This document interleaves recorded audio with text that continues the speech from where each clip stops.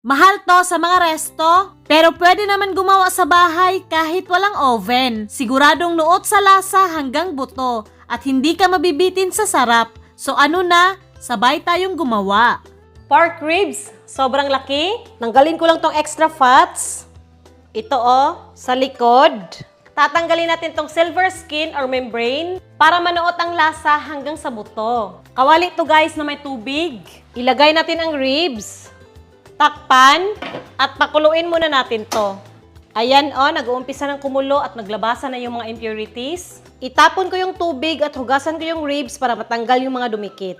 Yan, sa malinis na kawali, yung pork ribs, nalinisan ko na to Lagyan natin ng bawang kasama balat, sibuyas, sili optional, pamintang buo, dahon ng laurel, 500 ml na Coke. Pwede ka gumamit ng Pepsi. Sprite, tubig bitaw ni, para malublob lang yung ribs. Tapos isang pork cube or chicken cube. Takpan at pakuluin muna natin to sa malakas na apoy. Ayan, nag-uumpisa ng kumulo Hinaan natin ang apoy. Low fire lang at hayaan natin tong lumambot ng mga 1,000,000 taon. Charot. Habang pinapalambot ko yung ribs, meron rin akong pinapakulo ang mais dito. Check natin, Wow. Dito sa taas, hindi pa malambot, Pero dito sa ilalim, malambot na. Kaya babaliktarin natin to para kabila naman yung malublob.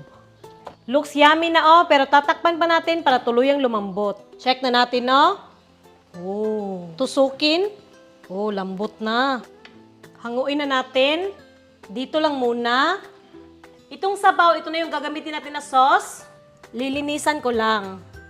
Ayan, tinanggal ko lang yung mga ricados. Malinis na. Pakukuluin muna natin to. Ayan, kumukulo na. Malasa naman na to. So, lalagyan ko lang ng konting toyo. Konting oyster sauce. Ketchup at i-adjust nyo lang sa asin at paminta. Haluin ng maigi. At ganito na yung kulay, mamula-mula pero hindi malapot. At palalaputin natin gamit ang cornstarch. Dito na tayo kukuha ng sabaw. At ibuhos natin. Okayin. Pag ganito na malapot na, transfer sa bowl. Nilinisan ko lang yung kawali, painitin. Maglagay ng konting mantika. Spread lang natin. Lagay natin tong ribs. Yung sauce, brush natin sa ribs. Yan,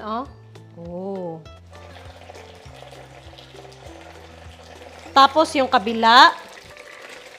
Wow. Grabe, sarap na tingnan. Tapos baliktarin natin bago masunog. Wow. Brush konti. Grabe, ang sarap na tingnan. This is okay na, Hanguin na natin.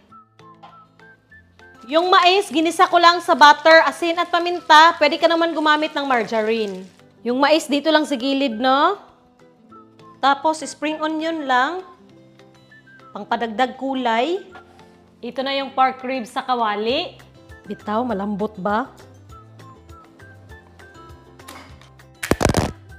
Diba? Sa sobrang lambot, nahulog yung cellphone ko. Tapos,